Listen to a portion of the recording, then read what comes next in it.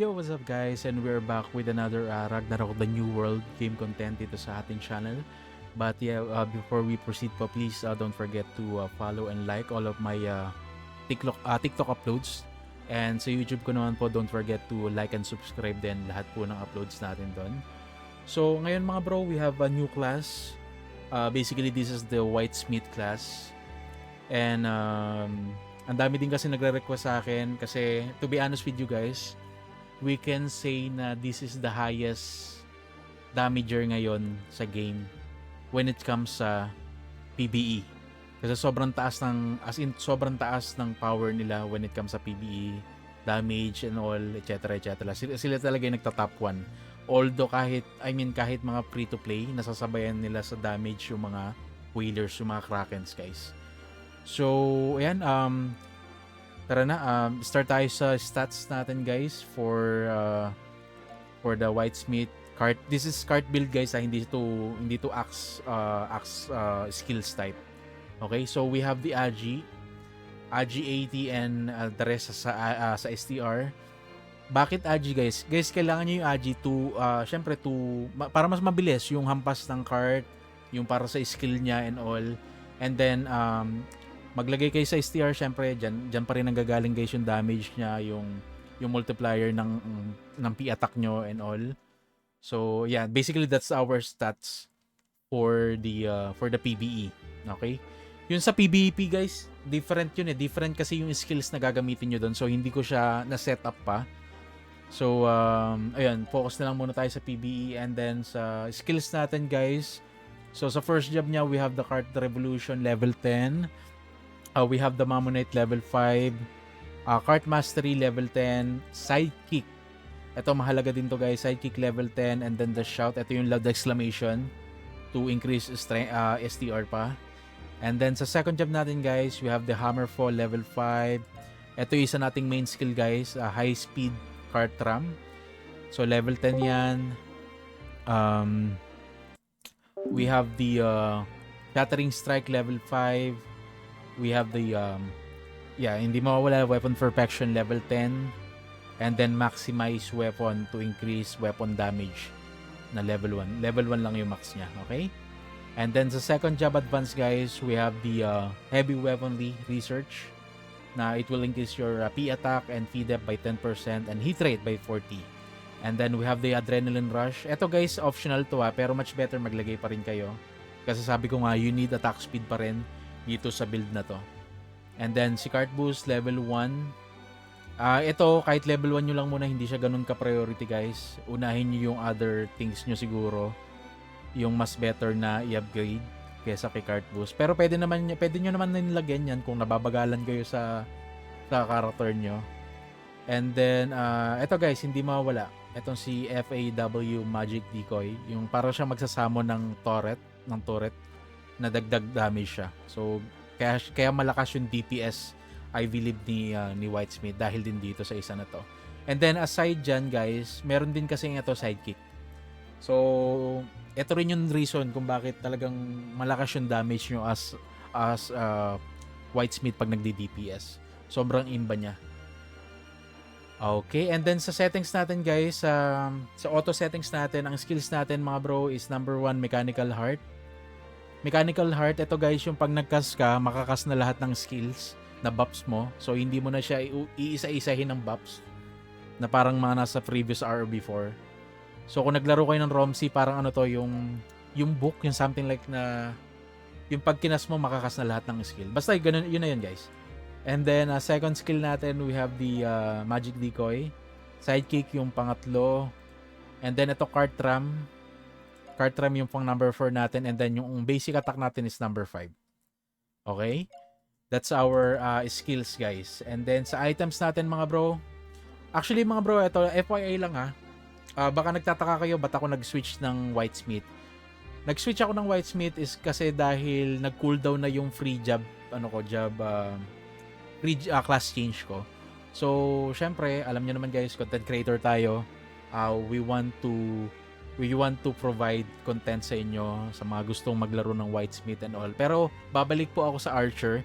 Tatapusin ko lang talaga tong build na to. Itong mga nagre-request para kay Whitesmith Guide. Kasi maraming curious sa inyo guys kung paano siya, ba't ganun yung damage niya, tapos nung nagganon daw sila, hindi daw ganun yung nagiging damage nila, ganito, etc. etc. So ito na yun, show natin kung ano yung build na yun guys. Okay, sa armors mga bro, still Gale set tayo kasi it will provide you agi and attack. Okay? And then pag nakaset yan, set effect, HP cap, may 5% siya, and then may P damage bonus din kasi siya na 2%. Okay? So, as you all know, if you guys don't know, this is my current set din sa archer ko kasi same lang naman din sila. Okay? So, level 70 yan lahat mga bro. So, kung mapapansin nyo, pinilitan ko yung royal ko na armor kasi mas preferred ko yung agi, yung attack na increase kesa dun sa royal na set. I mean sa royal na armor. Kasi pag nag-royal ako dito na 55, hindi makukuha yung set guys. So, ginawa ko na lang 70 lahat ng set ko na armors. Okay? And then ito mga bro, Royal Arkish Axe. The reason why din kung ba't ako nagpalit nga is because nakakuha kasi ako nito. So, before. So, sayang naman kung hindi ko siya magagamit. So, kaya ito yung time na kaya nag-switch tayo. At least kompleto tayo na may papakita tayo na items. So, yan, naswerte natin guys, na plus 30 natin siya. And then, we have the Battle Hardened dito sa... Ito yung skill natin guys, okay? So, yung skill natin, we have the Battle Hardened dito. Ito guys, yung pinaka-combination ng skills for this cart build. Battle Hardened, kahit violet yung makuha yung skill, okay lang yan. Swertihan lang naman yung orange skill guys Okay? And then, sa accessory natin, we have the Fatal Greed. Fatal Greed na skill. And then sa other accessory natin, we have the Cart Fury.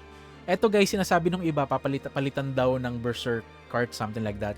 Kaso kasi pag pinalitan mo to, mawawala yung extra damage niya, masihina yung damage mo. Although neutral kasi siya, yun yung kino-concern ng iba, neutral naman daw kasi siya.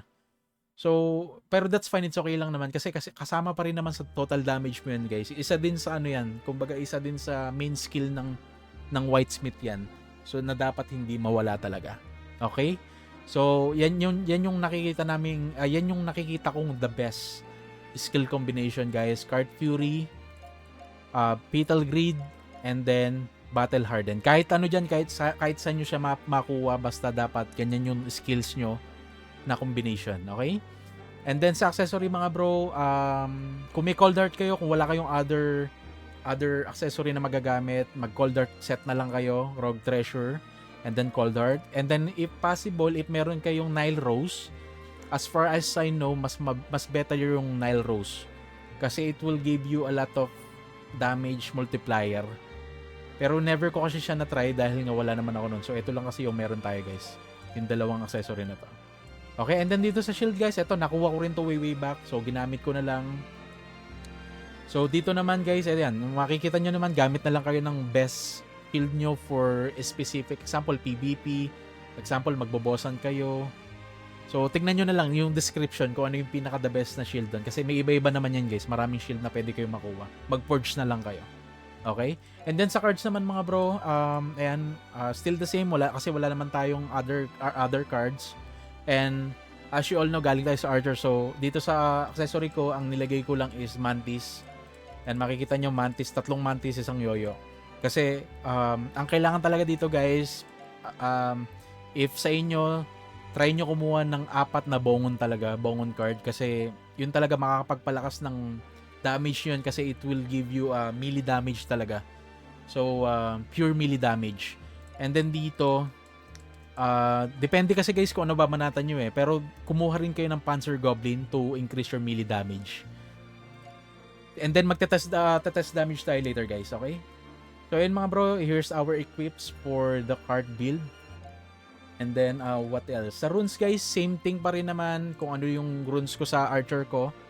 Okay lang naman yan kasi kailangan rin talaga ng attack speed niyan. Pero kung sa inyo, much better kumuha kayo guys ng at least level 2 na to. Palitan nyo yung dilaw to blue resonance effect, water resonance, okay, for increased speed damage by 4%, and then may ignore speed ignores 5% target speed def and M def rin kasi siya. Okay, so worth it siya guys, okay? And then that's our rune Sa pets naman guys, same pa rin kung ano yung nakikita nyo, kung ano yung mga nakadeploy sa akin. Yan, to increase attacks, to increase defense, and all, etc. etc. Okay? And then, saan pa ba? Sa relic guys, sa relic mga bro, hindi ko na napalitan kasi wala namang available sa trading shop, wala akong mabili. Pero if sa inyo, try nyo kumuha ng STR as much as possible, okay? Kahit blue, kahit common lang yung relic nyo, that's fine as long as it will give you stats STR. Okay, STR or AGI kung kulang kayo sa AGI. And then what else guys? Ano pa bang pwede nating ibigay sa guild mga bro? Kung na-unlock nyo yung sa guild training nyo, kunin nyo to, i-prioritize nyo to guys, damage bonus. Ayan. Mas better siya kaysa dito kay PE attack training. Pero mas maganda i-balance nyo sila kung kaya nyo. Okay? Alright, so I think that's our build for the cart build dito sa high damager natin na Whitesmith. So, okay. So, magte-test damage na tayo. Magpop up tayo ng Puds. Yung attack. Kasama na natin si Lak, si Agi, tsaka STR. Okay. So, ite-test damage natin siya guys sa... Basically, sa ano pa rin natin siya ite-test damage sa... dito, sa GTB. Kasi, para makita nyo yung pinaka maximum damage output na maibibigay nitong ganitong setup guys, okay? Ayan. So full buffs tayo lahat-lahat. Ayan. Ayan, nagsama ng ano, ayan, may sidekick, meron turret, may turret. Tingnan natin yung damage natin, yung per seconds. Try natin. Ay, hindi pala tayo naka ano. Gagamit tayo nito guys ng converter, water. Tingnan natin kung ano yung maximum damage natin na makukuha dito kay sa build natin guys. FYI guys ha, wala akong bongon dito, wala akong bongon card, may mga kulang pa tayo na cards. Nakita nyo naman kanina diba? Okay, so we're reaching 434, 440. Going 450 pataas, okay. 460, 465, 466, 470, 473, 475, 477, going up pa rin siya, 480, 484, 485, 486, going up pa rin siya mga bro ha. With this kind of setup, with this kind of build na sobrang kulang-kulang pa guys sa cards, wala tayong bongon, wala tayong kaisa-isang bongon card na magpapataas palalo ng damage. So we're almost reaching 500k per seconds guys sa DPS natin. 496, abot mo ng 500. Oh, 500 guys, yan. Kita nyo, 500k yung damage natin guys. Going up pa, actually hindi pa siya tapos. Tuloy-tuloy siya. Tignan natin kung ano magiging sagad niya.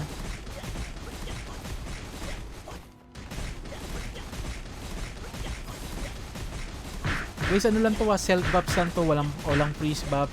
Pag may freeze buffs kayo, tataas pa ng tataas to.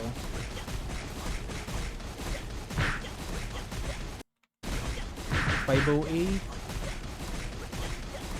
$509. Abag ba siya ng 510? Oh yun, 510k guys. Okay, so yun guys mga bro, going up siya.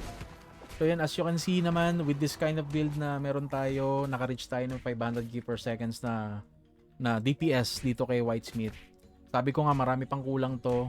Kung sa inyo, kung meron kayong mga Bone card, kung meron kayong mga Panzer Goblin card, and other cards na magpapataas ng P damage nyo or ng P attack nyo, ng melee damage nyo, baka maka-reach kayo ng at least 800k to 900k pa. Posible yun, 900 to 800k guys. Okay? So sa axe naman mga bro, I really preferred pa rin itong axe na to, Orcish axe. Pero you can try to use Bexer. Yung Bexer, pero something like that. Pero ito lang kasi sabi ko, ito lang kasi yung meron tayo. So, ito na yung ginamit natin. Hindi na ako gumastos pa kasi may kamahalan din kasi yun mga bro pag bumili ka. Okay? So, ayan, I hope guys na nag-enjoy kayo dito sa ating Whitesmith build na cart build. So, yeah, mga bro, I think we're all set. And, yeah. Hanggang dito na lang guys. And, yan, babalik na ako sa RR ko. See you on the next one guys. Bye-bye for now.